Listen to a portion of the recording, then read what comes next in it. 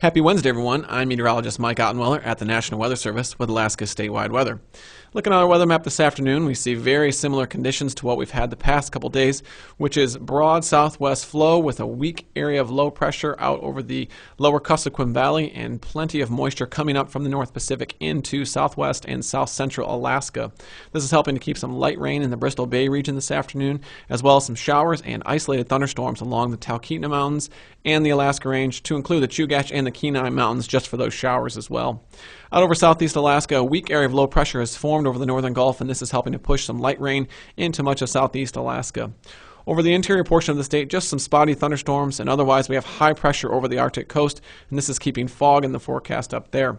An area of low pressure is starting to emerge into the western Bering, former typhoon remnants, and it is down to 984 millibars, and that will continue to bring some stronger winds and some steady precip into the western Aleutians and onto the central Aleutians as we go into tonight.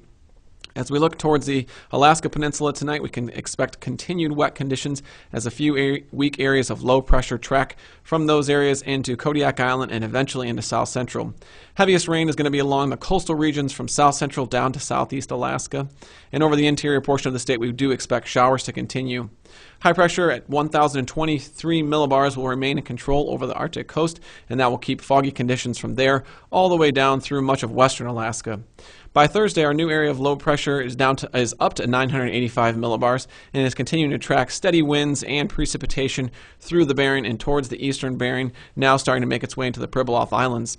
Expect another round of isolated thunderstorms on Thursday afternoon as the heating and the afternoon heating helps to trigger some more instability along the mountains. Otherwise, we'll see coastal rain and inland showers for much of south central and southeast Alaska, courtesy of low pressure in those areas.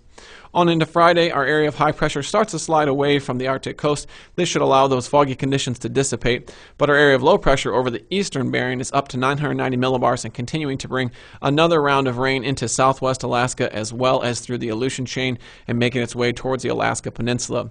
Over south central, we may start to see some drying conditions on Friday as low pressure takes a break from our area, but it does slip off to southeast Alaska, helping to keep rain in those areas, especially moderate to possibly heavy rain for the Yakutat region.